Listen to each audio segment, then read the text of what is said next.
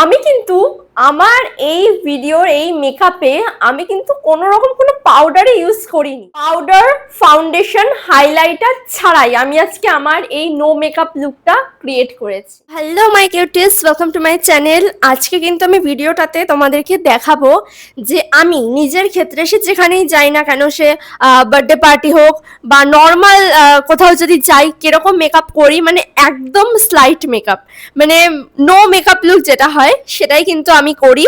তো আজকের ভিডিওটাতে কিন্তু আমি তোমাদের সেটাই দেখাবো যে আমি কিভাবে নো মেকআপ লুকে সব জায়গায় যাই। তার থেকেও বড় কথা, অনেকে ভাবে যে মেকআপ শিখেছি মানে মেকআপ করেছি মানে অলওয়েজ যেখানেই যাই না কেন মেকআপ করে একদম যাই, কিন্তু সেটা কিন্তু একদমই নয়। জাস্ট একদম হালকা নামমাত্র প্রোডাক্ট আমি ইউজ করি নিজের ক্ষেত্রে। মানে নামমাত্র বলছে জাস্ট কনসিলার তো হালকা দিই, আর ফাউন্ডেশন তো দূরের কথা, ফাউন্ডেশন তো কত যুগ হয়ে গেছে আমি ফাউন্ডেশন দিই না। মানে আমার পছন্দই হয় না ফাউন্ডেশনটা, মানে ফেসটা না একটু ওভারলোড হয়ে যায়। তো ওই জিনিসটা অ্যাকচুয়ালি আমি নিতে পারি না, আমার নিজের খুব একটা ইরিটেট হয়। তো আমি সব সময় খুব মানে অল্প পরিমাণে পাউডার হোক, কম্প্যাক্ট হোক, খুব অল্প পরিমাণে ইউজ করি। আর সেটাই কিন্তু তোমাদের সাথে আমি শেয়ার করবো। আর তোমরাও কিন্তু নিজেদের ক্ষেত্রে এরকমটাই করার চেষ্টা করো। মানে যেখানেই যাও না কেন একদম হালকা মেকআপ যদি তোমরা করে যাও, তাহলে কিন্তু তোমাদের ফেসটা খুবই ন্যাচারাল লাগবে, আর তোমাদের নিজেদের মধ্যে একটা ইরিটেটিং হবে না যে অনেকটা পরিমাণে ফাউন্ডেশন দিয়ে ফেলেছি বা অনেকটা পরিমাণে পাউডার দিয়ে ফেলেছি। হ্যাঁ, বিয়ে বাড়ি বা অনেক বড় অনুষ্ঠানে একরকম, জাস্ট ছোটখাটো বার্থডে পার্টি বা কোথাও যদি যাও এমনি, সেই ব্যাপারটার কথা আমি আলাদা। ফার্স্ট আমি কিন্তু অ্যাপ্লাই করব কালার কারেক্টার। অলরেডি কিন্তু আমি মুখে প্লামের একটা ময়শ্চারাইজার, জেল ময়শ্চারাইজার, যেটা আমি রেগুলার রুটিনে ইউজ করি, সেটা অলরেডি ইউজ করে ফেলেছি। তোমরা নিজেদের মতো তোমরা যে ময়শ্চারাইজার, যে টোনার ইউজ করো সেটা অ্যাপ্লাই করে নিয়ে দেন মেকআপে বসবে। তো আমি ওইগুলো সব অ্যাপ্লাই করার পর এরপরে কালার কারেক্টার করব। আমি কিন্তু কোনো ব্রাশ ইউজ করছি না, জাস্ট ফিঙ্গারে ডিপ করে একটু কালার কারেক্টার কনসিলার করে নেবো, দেন ওটাকে ব্লেন্ডার দিয়ে ব্লেন্ড করে। দেখো ফিঙ্গার ডিপ করেই কিন্তু কতটা সুন্দর একটা ব্লেন্ডিং ভাব আমার চলে এসছে। তাও যদি তোমরা ব্রাশ দিয়ে বা ব্লেন্ডার দিয়ে করো তাহলে তো খুবই ভালো হয়। এরপর ব্লেন্ডার নেবে, নিয়ে জাস্ট হালকাভাবে এটাকে ব্লেন্ড করে নেবে, তাতে তোমাদের যে প্রোডাক্টটা থাকবে সেটা কিন্তু ফেসের সাথে ভালোভাবে বসে যাবে। তো এটাতে কি হবে, একদম ন্যাচারাল লাগবে তোমাদের মেকআপটা দেখতে। দেখতেই পারছো আমার ফেসটা, মানে আমার কিন্তু কনসিলার দিয়েই একদম অ্যাপ্লাই করা হয়ে গেছে ফিঙ্গার দিয়ে। এরপর এটাকে ব্লেন্ডার দিয়ে হালকাভাবে জাস্ট স্মুথলি ব্লেন্ড করে নেব। তো আমার ব্লেন্ড করাও হয়ে গেছে, মানে একদম কিন্তু makeup but no makeup look সেটাই লাগছে দেখতে। মানে পুরো আমার স্কিন টোনের সাথে কিন্তু একদম ম্যাচ হয়ে গেছে কনসিলার, কালার কারেক্টার। তো সেটা ম্যাচ করেই আমি করেছি। তো দেখে নাও ফুল ফেসটা। আর একটা জিনিস অ্যাপ্লাই করব, সেটা হচ্ছে ব্লাশ। এই ব্লাশটা আমাকে অনেকেই জিজ্ঞেস করো, এটা হচ্ছে রিকোডের ব্লাশ, আর এটার প্রাইস অনেকে জিজ্ঞেস করো, আমাকে ডিএম এ ভরিয়ে দাও যে এটার প্রাইস কত, লিঙ্ক দাও, প্রাইস হ্যান ত্যান। তো এটার প্রাইস হচ্ছে গিয়ে 499।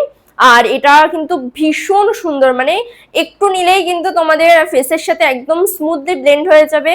তার থেকেও বড় কথা, এইটার স্মেলটা তো পার্সোনালি আমার ভীষণ ভালো লাগে, মানে আমার অসাধারণ লাগে এর স্মেলটা, মানে রিকোডের এই ব্লাশের স্মেলটা।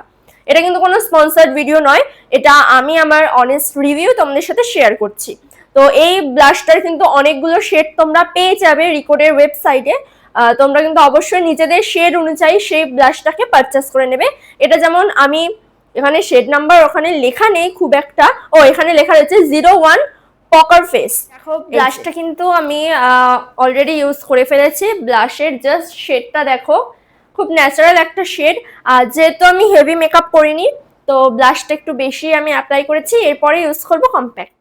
তো কম্প্যাক্ট নিয়ে ভালোভাবে এটাকে জিনিসটাকে স্প্রেড করে করে অ্যাপ্লাই করতে হবে। তো জিনিসটা একটু ম্যাট ফিনিশের মধ্যেও লুকটা চলে আসবে। যারা ম্যাট ফিনিশ লুক খুব ভালোবাসো তাদের ক্ষেত্রে তো খুবই ভালো লাগবে এই কম্প্যাক্ট দিয়ে লুকটা।